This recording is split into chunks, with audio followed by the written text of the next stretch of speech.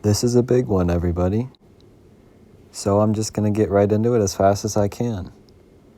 Today they added 3 new characters from the DuckTales series, Donald Duck, Gizmoduck, and Megavolt. And they're also showing off the December sign-in hero, which is Oogie Boogie from The Nightmare Before Christmas. And there are also some new features, including diamond quests, and then some updates to already implemented features into the game, and then some hero refreshes, which I'm not going to get into, but you can check out the website and see what those specifically are about if you're interested. So first up, we have Donald Duck, and he looks great. Fits in with Goofy and Mickey pretty well. He's going to be an event-exclusive hero, sort of similar to Gonzo, where he'll be in some contests. Going through his skills, he is a damage hero, so a lot of the skills deal with damage. Basically, his first one talks about him dealing damage to each enemy. It kind of sounds like Dash and all the characters that run in right away when the level starts up or when the fight starts.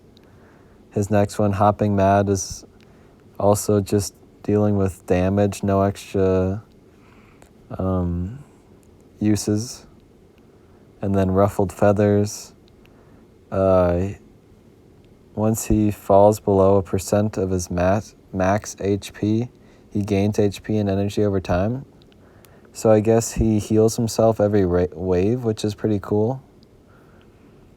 Then his short-tempered one just helps with his flying into rage skill.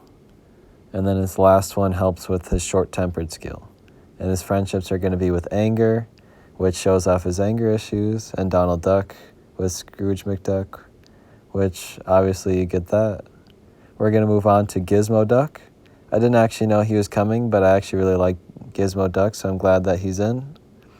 And he's also going to be an event-exclusive hero, but it seems like they've made some new event crates specifically tied to arena tokens that he'll be available in.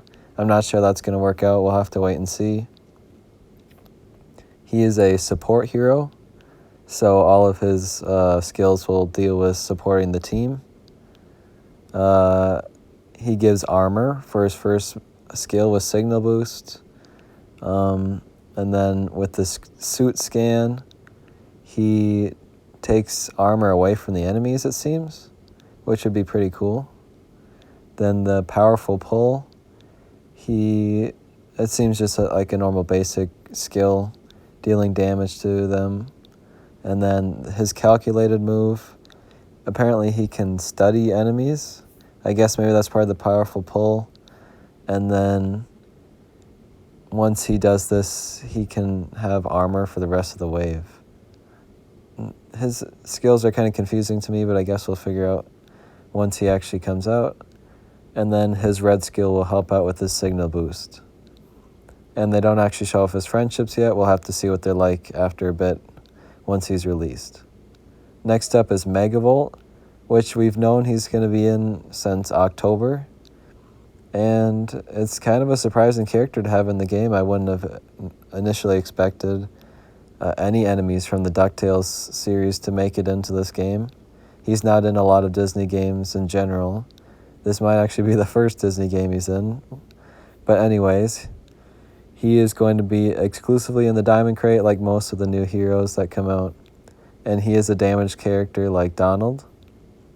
He's got a pretty big first skill here, the Ecstatic Charge.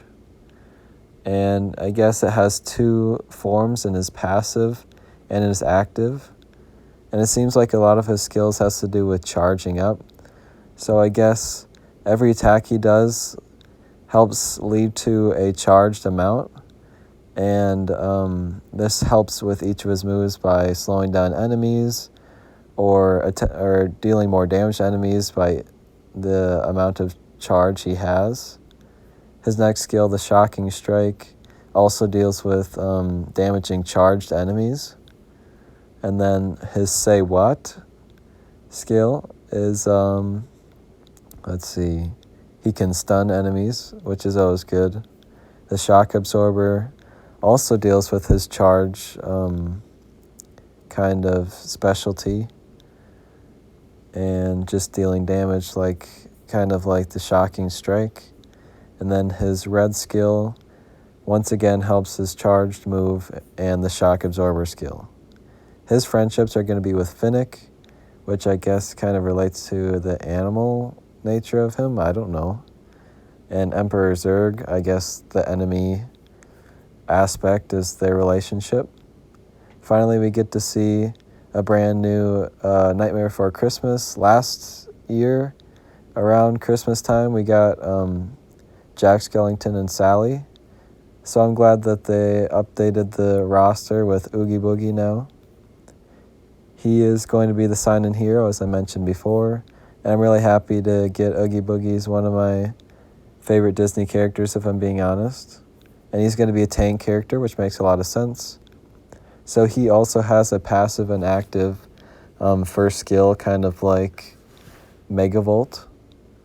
And in the passive, he just does normal damage, but he can heal himself and scare enemies in his active.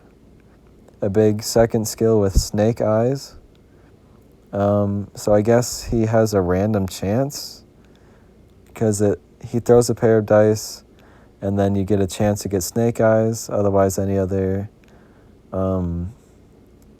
set of numbers will just be regular damage, as far as I can tell. His next skill, he heals himself, it seems like, but not anybody else. Spooky Shadows, it seems like kind of a shield, but it just says he takes less damage from those that he's scared with his first skill. And then his red skill helped with his Snake Eyes.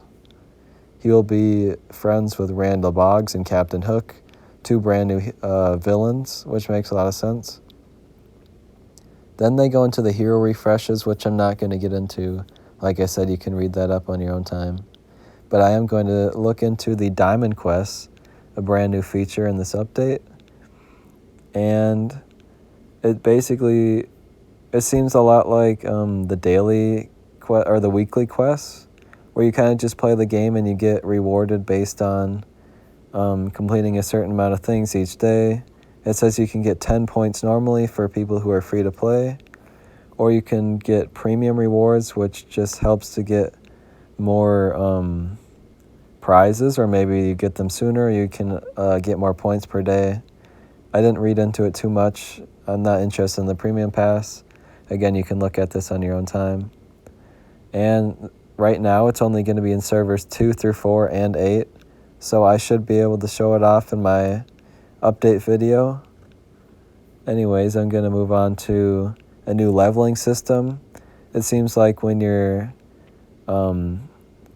adding levels to your skills, adding levels to your characters, leveling up your mods, leveling up even your memory disks, they now have kind of a slider that you can use instead.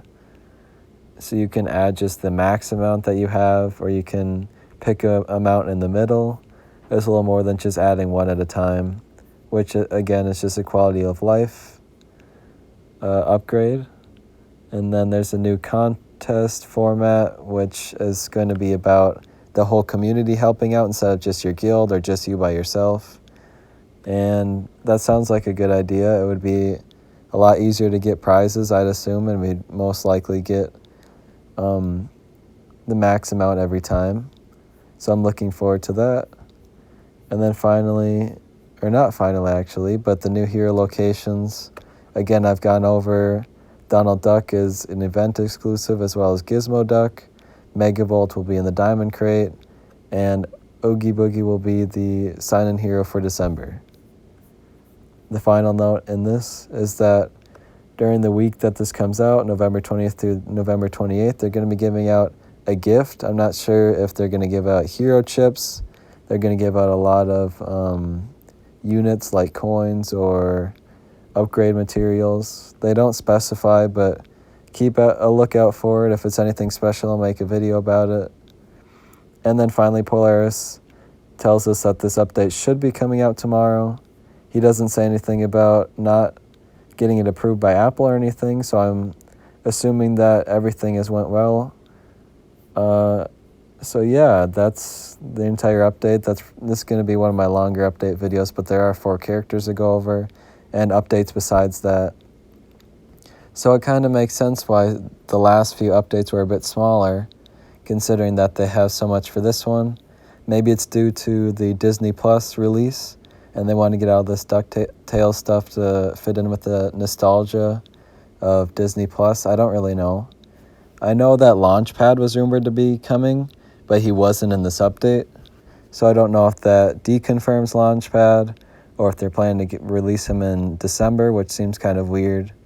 I kind of think they're going to do something with Frozen again. But honestly, with adding these characters that they have like Megavolt and Gizmoduck, they could really add anybody at this point. Finally, I'm going to talk about what I've been talking about in my community tab a little bit. I'm sure a lot of you will click off at this point or already have clicked off, but I still wanted to talk about it in person. So a lot of you probably heard that YouTube is harshing, or I don't know how to put this. They're kind of,